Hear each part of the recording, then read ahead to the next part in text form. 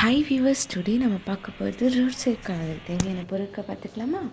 200 gram mushroom, half முட்டைகோஸ், 2 தக்காளி, 1 வெங்காயம், தேவையான அளவுக்கு கருவேப்பிலை, கொத்தமல்லி, 1 கப் மைதா மாவு, 4 ஸ்பூன் கார்ன்ஃப்ளவர், தேவையான அளவுக்கு உப்பு, 1 ஸ்பூன் மஞ்சள், 2 ஸ்பூன் தனியாத்தூள், 1 ஸ்பூன் ஜீரகத்தூள், நம்ம காரத்துக்கு ஏற்ற மாதிரி காஞ்ச மிளகாத்தூள் நம்ம எடுத்துக்க வேண்டியதான். அப்படி இல்லைன்னா காஷ்மீரி மிளகாத்தூள். மஷ்ரூமையும் முட்டைக்கோசையும் பொடிசாக கட் பண்ணி எடுத்து வச்சுக்கணும்.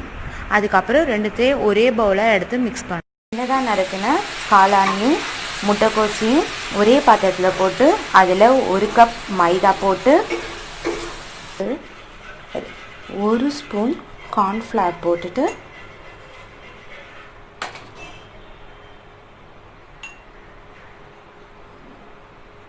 हाफ स्पून मंजतूल, और स्पून चिल्ली पाउडर,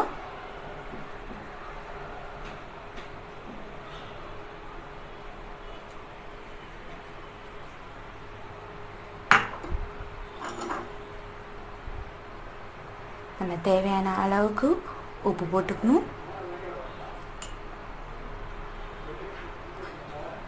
இதுக்கப்புறம் நம்ம தண்ணி ஊற்றி கரெக்டாக நம்ம எப்படி போண்டா எப்படி போடுவோம் அது மாதிரி மாவை போட்டு நல்லா பிசைஞ்சுக்கணும். அதுக்கப்புறம் உருண்டை உருட்டி நம்ம ஆல்ரெடி எண்ணெய் காய வச்சுக்கணும், அந்த எண்ணெயில் எடுத்து போடணும்.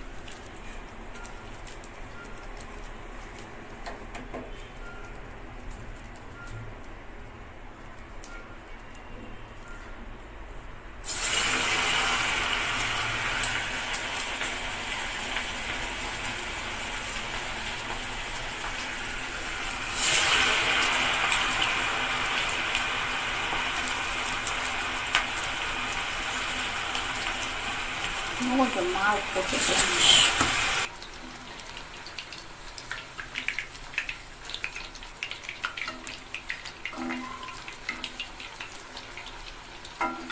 ரெண்டு சைடும் கோல்டன் ப்ரௌனிஷாக ஆனதுக்கப்புறம் தட்டில் எடுத்து வச்சுக்கணும். எல்லாத்தையும் அதே மாதிரி எல்லா போண்டா நம்ம இருக்கிற மாவு எல்லாமே போண்டா மாதிரி போட்டு எடுத்து வச்சுக்கணும். அதுக்கப்புறமா ஒரு வானல் வச்சு எண்ணெய் ஊற்றிட்டு கருவேப்பிலை, கொத்தமல்லி போட்டுட்டு அது கொஞ்சம் ஃப்ரை ஆனதுக்கப்புறம்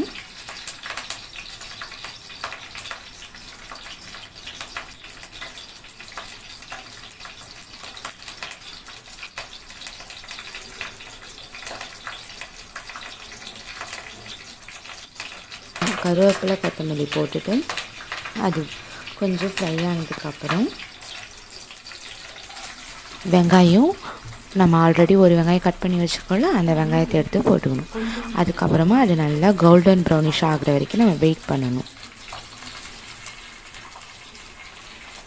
அதை நல்லா வதக்கி விடணும்.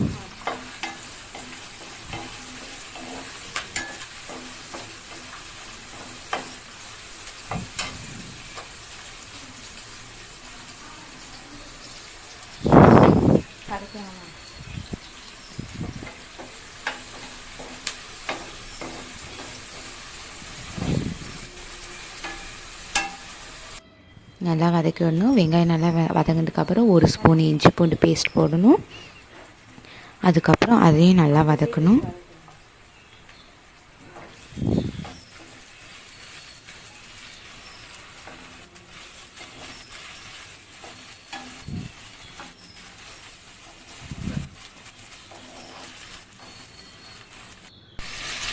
அதுக்கப்புறம் நம்ம கட் பண்ணி வச்சுக்கிற தக்காளியை போட்டு அதையும் சேர்த்து நல்லா வதக்கணும். பார்த்திங்கன்னா எல்லாமே எவ்வளோ ஜூஸியாக வதங்கிட்டு வருது.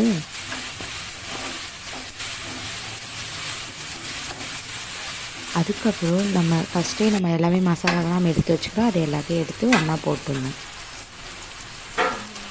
போட்டுட்டு அதையும் நல்லா சேர்ந்து மிக்ஸ் பண்ணணும்.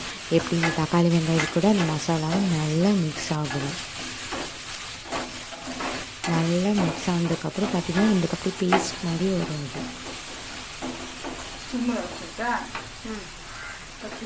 அதுக்கப்புறமா நம்ம என்ன பண்ணணும்னா, நம்ம போண்டா ஆல்ரெடி போட்டு வச்சுக்கணும், அதை நம்ம பிச்சு போட்டு வச்சுக்கணும்.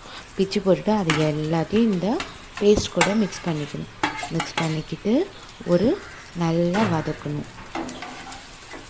நல்லா அந்த மசாலாவும் இந்த போண்டா நம்ம பிச்சு போட்டதும் நல்லா மிக்ஸ் ஆகிற அளவுக்கு வதக்கணும்.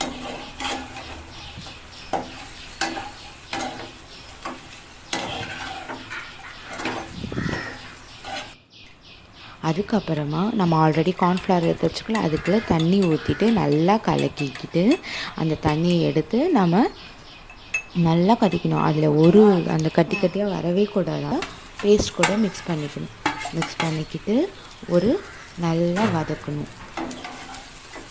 நல்லா அந்த மசாலாவும் இந்த போண்டா நம்ம பிச்சு போட்டதும் நல்லா மிக்ஸ் ஆகிற அளவுக்கு வதக்கணும்.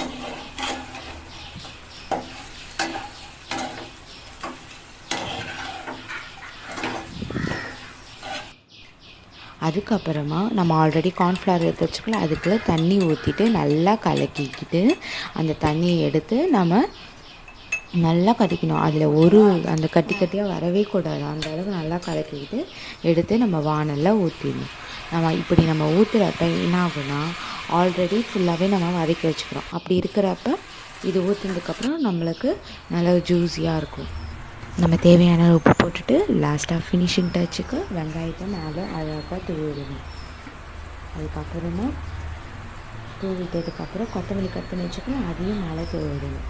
தூவிட்டிட்டு நல்லா எடுத்து கரண்டி எடுத்து நல்லா கிண்டி விடணும். அப்போ தான் இந்த வெங்காயமும் அந்த கொத்தமல்லியும் நம்ம பண்ணிக்கிற காளான் கூட எல்லாமே மிக்ஸ் ஆகும். அப்படியே நம்ம சாப்பிட்றப்ப சூப்பராக இருக்கும்.